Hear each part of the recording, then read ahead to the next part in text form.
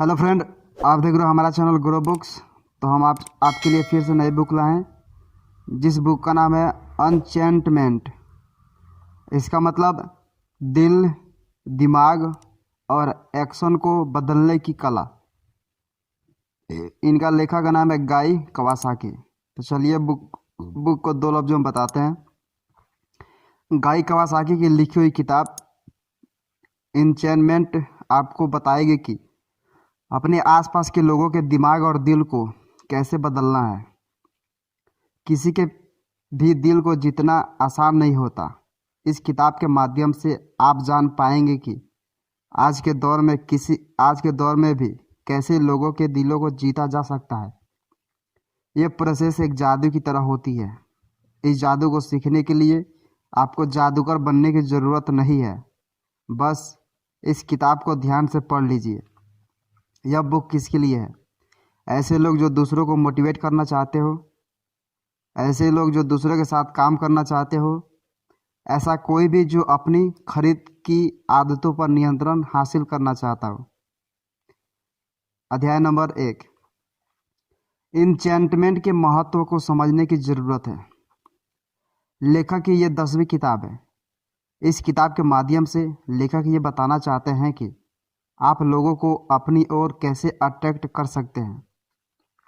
ये कला एक आर्ट होती है। इस आर्ट में माहिर होने के लिए आप भी कलाकार बन सकते हैं। आज के दौर में जब डिजिटल दुनिया अपने उफान पर है, तो लोगों से कनेक्ट हो पाना काफ़ी ज़्यादा आसान हो गया है। ऐसे समय में जब कंपटीशन का दौर भी अपने शबाब पर है, तब ये मुश्किल हो चुका है कि कोई आपके प्रोडक्ट पर जल्दी से भरोसा कर ले। जिस तरह मार्केट बढ़ रहा है, उस तरह कंपटीशन भी बढ़ता जा रहा है। ऐसे समय में प्रचार का भी महत्व कम हो जाता है।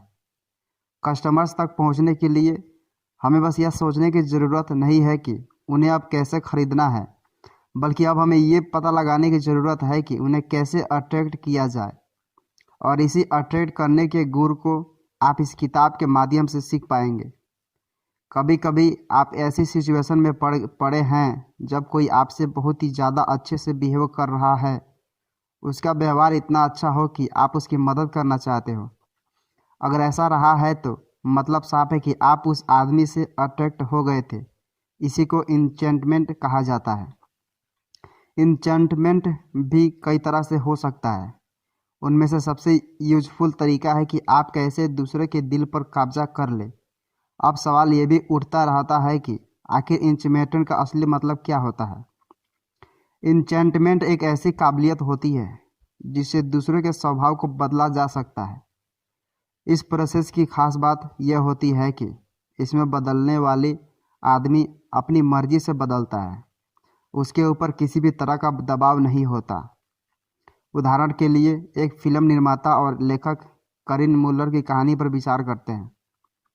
एक दिन न्यू पीपल्स आर्मी के 17 मेंबर फिलिप्स के साथ सशस्त्र विंग कम्युनिस्ट पार्टी उससे पूछताछ करने आई थी। जब उसने देखा तो उसने कहा, थैंक गॉड, मैं पूरे दिन आपका इंतज़ार कर रही थी। प्लीज़ कॉफ़ी ले और बंदूक दरवाजे के पास रख दे। करिन मलर ने अपने इस व्यवहार से पूरी सिचुएशन के ही बदल दिया था। इस मतलब से ये नहीं है कि इंचेंटमेंट की कला का उपयोग आप बस ऐसी सिचुएशन के लिए ही कर सकते हैं। ये कला आपकी मदद भी कर सकती है। इसका सिर्फ और सिर्फ पैसा ही लेना देना नहीं होता। उदाहरण के लिए, जब स्टीव जॉब्स अपना आईफोन विकसित कर रहे थे, तो वह सबसे अच्छी रणनीति पर विचार नहीं कर रहे थे। उनके पास तब ऐसा सोर्स नहीं थे। कस्टमर्स को अपने पर्सनल बैंक अकाउंट में पैसे डालने के लिए या 2 साल के लिए साइन इन करने के लिए लुभाने के लिए उन्होंने इंचेंटमेंट की प्रोसेस का ही सहारा लिया था। तब उन्होंने लोगों को उनके बेहतर कल के सपने बेचे थे। इसका मतलब साफ है कि अगर आप लोगों को अट्रैक्ट करना चाहते हैं तो आपके पास एक क्लियर विज़न होना चाहिए। उस विज़न पर आपको चलना कैसे है ये भी आपको पता होना चाहिए। अगर आप ऐसा कर सकते हैं तो फिर आप लोगों को अट्रैक्ट भी कर सकते हैं। अध्याय नंबर 2, विश्वास कायम करने की कोशिश करिए क्योंकि यही इंचमेंट का पिलर है। क्या आपको कभी ऐसा लगा है कि आप जिस पर बिल्कुल ट्रस्ट ना करते हो उससे आप अट्रैक्ट हो गए हो?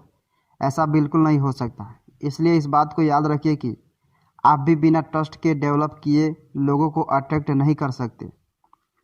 अब आपका पहला कदम ये होना चाहिए कि लोग आपके ऊपर भरोसा करें। लेकिन ये भरोसा आखिर पैदा कैसे होता है? इसका एक बेसिक सा फंडा है। यह है कि आप लोगों को एक्सपेक्ट करना सीख जाइए। जैसे भी लोग उन्हें आप एक्सपेक्ट करने की कोशिश करिए। लोग भी आपको तभी पसंद कर पाएंगे जब वो आपको एक्सपेक्ट करेंगे। इसलिए पहले आप लोगों को एक्सपेक्ट करिए। आपको सफ़र में बहुत से लोग मिलेंगे।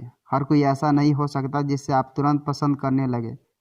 कई बार काफ़ी ज़्यादा समय भी लग सकता है। इसलिए उस समय के लिए तैयार रहिए। अपने आप को मेंटली मजबूत बनाकर रखिए।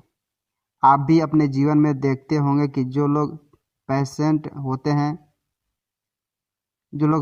होते हैं वो काफ़ी ज़्यादा इंटरेस्टिंग भी होते हैं। लोग काफ़ी जल्दी उन्हें पसंद भी करते हैं। इसलिए कोशिश करिए कि खुद के अंदर भी बदलाव लाने की। अपने अंदर के पैशन को जगाइए।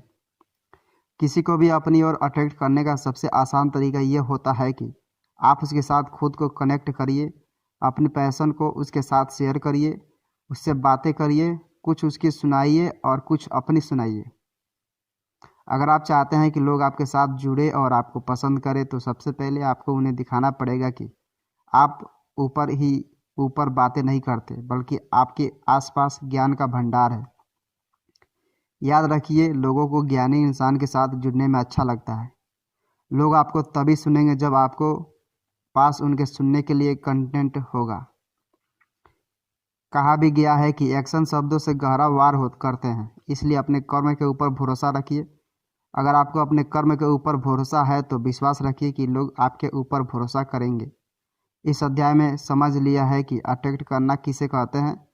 अब आगे के अध्याय में आप समझने वाले हैं कि आप अपने ब्रांड को इस लायक कैसे बनाएं कि लोग आपके ब्रांड के ऊपर अंधा भरोसा करने लगे। अगर आपको लोगों को अट्रैक्ट करना है तो आपके प्रोडक्ट में दम तो होना ही चाहिए। उसको समझने के लिए आप खुद से एक सवाल करिए कि आप कोई चीज़ मार्केट में क्यों खरीदते हैं? इसलिए क्योंकि आपको प्रोडक्ट पसंद होता है, या फिर आपको वो सेल्समैन पसंद होता है? ऐसा कई बार ज़रूर होता है कि एक अच्छा सेल्समैन चीज़ों को आसानी से बेच देता है, लेकिन अगर प्रोडक्ट में दम नहीं होगा तो अच्छे से अच्छा सेल्समैन भी फेल हो जाएगा।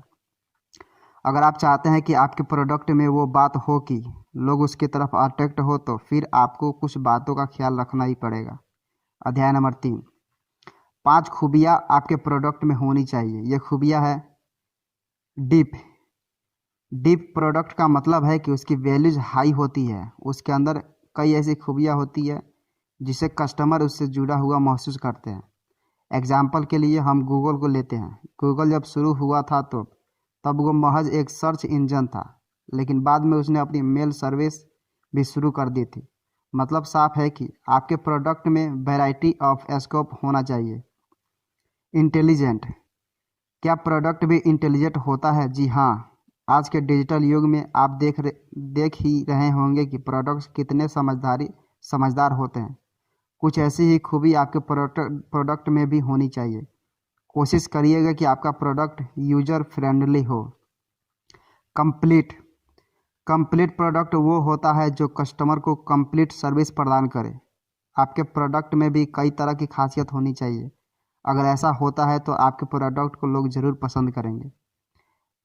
एम्पावरिंग, एक एम्पावरिंग प्रोडक्ट वही होता है जो हमें एहसास दिलाता है कि हम पहले से ज़्यादा मजबूत हो चुके हैं। इसलिए हमेशा कोशिश करिए कि एक दमदार प्रोडक्ट का निर्माण आप कर सकें। एलिगेंट प्रोडक्ट वही होता है जो अपने कस्टमर को बेहतरी के लिए काम करता है। इस तरह के प्रोडक्ट को डिज़ाइन करने में भी काफ़ी ज़्यादा मेहनत लगती है। इन सभी खूबियों को अपने प्रोडक्ट में डालने के लिए आपकी रिसर्च टीम बहुत ज़्यादा मजबूत होनी चाहिए। आप अपने प्रोडक्ट के रिसर्च में जितना बेहतर काम करेंगे, आपका प्रोडक्ट भी उतना ही शानदार बनकर तैयार होगा। मार्केट में लाने से पहले प्रोडक्ट की क्षमता को ज़रूर जांच लीजिएगा। अध्याय नंबर 4, किसी भी प्रोडक्ट को लॉन्च करने से पहले 2 चीज़ों पर विशेष ध्यान दीजिए, स्टोरी और टेस्टिंग। हाई क्वालिटी का प्रोडक्ट आपके सक्सेस में महत्वपूर्ण भूमिका निभा सकता है, लेकिन एक बात का ध्यान रखिएगा कि कोई भी प्रोडक्ट खुद से सेल नहीं होगा, उसे आपको प्रॉपर तरीके से मार्केट में उतारना ही पड़ेगा। एक दुखद बात यह भी है कि आज के समय में जो भी प्रोडक्ट लॉन्च होते हैं उस समय अधिकतर ये देखा गया है कि कस्टमर के सामने गलत जानकारी पेश की जाती है। इस बारे में बात करते हुए एंटी सिमोन्स कहते हैं कि लोगों को आपसे जानकारी नहीं चाहिए, उनके पास आपसे बेहतर जानकारी मौजूद है। अगर कोई आपके पास आया है तो ये जान लीजिए कि उसके पास आपकी सारी इन्फॉर्मेशन है। लोगों को अगर आपसे कुछ चाहिए तो वो है विश्वास और भरोसा। अगर आपके पास भरोसा है जो आप लोगों के दिलों में जगा सकते हैं तो जीत आपकी पक्की है। इस चीज़ को पाने के भी 2 तरीके हैं। सबसे पहले आपको खुद को प्रोडक्ट लॉन्च के समय इन्वॉल्व करना पड़ेगा। इस प्रोडक्ट लॉन्च को आपको पर्सनल टच देना पड़ेगा। इसके साथ आपको अपनी कहानी का निर्माण करना पड़ेगा। अगर आप चाहते हैं कि लोग आपके साथ जुड़े तो उनको कुछ खूबियों को दर्शाते हुए ट्रायल देने की कोशिश करिए। ये कोशिश करिए कि आपके प्रोडक्ट को यूज करना लोगों के लिए आसान हो। इमीडिएट, ये भी कोशिश करिए कि जब लोगों को ज़रूरत हो तब आपके पास प्रोडक्ट होना चाहिए। अपने कस्टमर को इंतज़ार आप नहीं करवा सकते। इनएक्सपेंसिव, कोई भी नया प्रोडक्ट या सर्विस जब मार्केट में आती है तो उसके चलने या फिर फ्लॉप होने के पीछे जो सबसे बड़ा कारण होता है वो ये होता है कि उसकी कीमत कितनी है। इतना ध्यान रखिएगा कि नए प्रोडक्ट में लोग ज़्यादा कीमत खर्च करना पसंद नहीं करते। जब बाज़ार में इतने ज़्यादा ऑप्शन मिल रहे हैं तो फिर लोग आपके प्रोडक्ट की तरफ तभी अट्रैक्ट होंगे जब वो सस्ता और किफ़ायती होगा। कंसरेट, इसका मतलब यह होता है कि जब लोग आपके प्रोडक्ट का इस्तेमाल करें तो उनको ये एहसास होना चाहिए कि उनकी ज़िंदगी में बदलाव हो रहा है। अगर उनको ऐसा लगता रहेगा तो फिर वो आपका प्रोडक्ट की तरफ अट्रैक्ट होते रहेंगे। इस पूरे अध्याय का सार यही है कि जब आप अपने प्रोडक्ट को लॉन्च करने वाले हो तो आपका पूरा लक्ष्य बस ज़्यादा से ज़्यादा लोगों से कनेक्ट होने के ऊपर होना चाहिए। अगर आपका ध्यान लोगों से जुड़ने के ऊपर रहेगा तो फिर लोगों का ध्यान भी आपके प्रोडक्ट के ऊपर ही रहेगा। अगली बात आती है कि लोगों की साइकोलॉजी को समझने की कोशिश करिए। इंचैटमेंट का यही मतलब होता है कि आप अपने व्यवहार में सामने वाले की सोच को बदल कर रख दें, लेकिन अधिकतर ये भी देखा गया है कि लोगों को बदलाव ज़्यादा पसंद नहीं आते। इसलिए जब आप कोशिश करेंगे कि लोग आपकी बातें सुने और उससे प्रभावित भी हो तो फिर आपको कई सारी मुसीबतों का भी सामना करना पड़ सकता है। शुरुआत में लोग बदलाव से थोड़ा घबराते हैं। उनके दिमाग में उनकी सोच पहले से बैठी हुई होती है, वो फेल होने से डरते हैं। अब अगर हमको ऐसे लोगों के साथ डील करनी होगी तो हम कैसे करेंगे? इसके लिए आपको थोड़ी सी मेहनत लोगों के दिमागों को भी पढ़ने में लगानी पड़ेगी। एक तरीका यही है कि उन्हें आप कुछ प्रूफ दिखाइए। उन्हें बताइए कि जिन लोगों ने आपके ऊपर भरोसा किया है उनकी ज़िंदगी में काफ़ी ज़्यादा बदलाव आए हुए हैं। इस तरह के प्रूफ को दिखाकर आप लोगों के दिमाग को थोड़ा सा बदल सकते हैं। यहाँ कोलिन एस्जॉर्ट की कहानी आपको सुननी ही चाहिए। वो एक कॉपीराइटर है जिनका काम ही कंपनीज की सेल्स को बढ़ाना है। उन्होंने अपनी टैग लाइन को चेंज करके काफ़ी कुछ बदला था। पहले टैग लाइन थी operators are waiting please call now. उन्होंने इसे बदल कर दिया था if operators are busy please call again. जब लोगों ने इस टैग लाइन को पढ़ा तो उन्हें लगा कि प्रोडक्ट बहुत अच्छा कर रहा है, इतना अच्छा कर रहा है कि इनके पास कॉल लेने का भी समय नहीं है।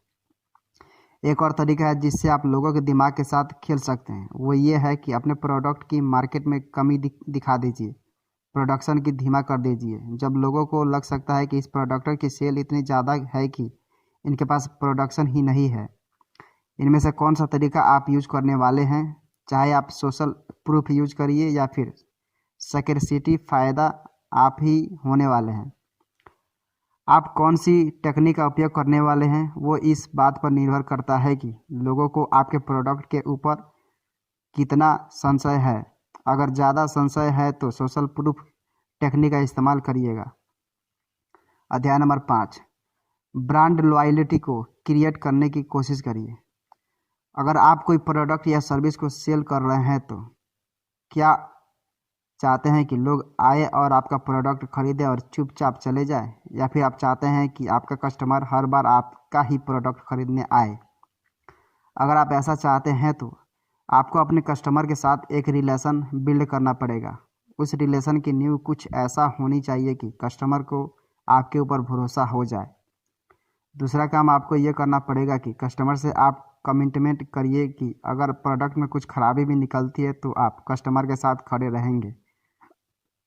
लोगों का स्वागत ऐसे करिए कि उनको लगे कि वो अपने घर में ही आ रहे हो। इसके साथ ही उनकी राय भी पूछते रहिए। अगर आपको कभी अपने प्रोडक्ट के बारे में कुछ खराब भी सुनने को मिले तो उसे नोट डाउन करिए। उन खामियों को दूर करने की कोशिश में लगे रहिए। अपने ब्रांड को बनाने के लिए या फिर उसे मशहूर करने के लिए आप रिवार्ड सिस्टम का भी शुरुआत कर सकते हैं। इस रिवार्ड सिस्टम की शुरुआत करने से लोगों के बीच में आपके प्रोडक्ट की चर्चा बढ़ जाएगी, जिससे अल्टीमेटली आपके ब्रांड को ही फ़ायदा होगा। अपने कस्टमर के साथ एक अच्छा रिलेशन बिल्ड करने का ये भी फ़ायदा होता है कि उनके अंदर आपको ब्रांड के प्रति लॉयल्टी आ जाती है। किसी भी बिजनेस को एक मुकाम तक ले जाने के लिए ब्रांड लॉयल्टी बहुत बड़ी चीज़ होती है। इसके महत्व को जितनी जल्दी आप समझाएंगे उतने ही फ़ायदा आपको होगा। इस अध्याय में आपने समझा होगा कि इंचेंटमेंट कोई सिंगुलर इवेंट नहीं है, बल्कि ये पूरा प्रोसेस है। अगले अध्याय में आप ये समझेंगे कि कैसे टेक्नोलॉजी की मदद से आप लोगों को अट्रैक्ट कर सकते हैं। इसी के साथ आप पुश टेक्नोलॉजी का उपयोग करना सीखिए। जब आप कोई प्रोडक्ट या सर्विस को तैयार कर लेते हैं तो सबसे पहला चीज़ की आपको ज़रूरत होती है वो है कस्टमर। आप पुश टेक्नोलॉजी का उपयोग करके कस्टमर तक पहुंच सकते हैं। कस्टमर का ध्यान सभी चाहते हैं। इस मामले में कंपटीशन काफ़ी ज़्यादा है, इसलिए आपको कुछ बेसिक प्रिंसिपल्स का ध्यान रखना ही पड़ेगा। वो मूल मंत्र कुछ इस प्रकार से है। Engage fast. आज के दौर में टेक्नोलॉजी इतनी आगे बढ़ गई है कि जब कुछ बड़ी तेज़ हो गई है, आपको इस बात का ध्यान रखना ही पड़ेगा कि अगर कोई भी कस्टमर आपको कांटेक्ट करने की कोशिश करता है तो फिर आपको उसको रिप्लाई काफ़ी जल्दी देना पड़ेगा। जब कस्टमर के साथ जल्दी बातें करेंगे तो फिर आपका इंगेजमेंट भी फास्ट हो जाएगा। Engage many. हमेशा अपने बीच संचार को खुला रखिए। कभी भी बस कुछ लोगों के साथ संपर्क में रहने की कोशिश ना करिए।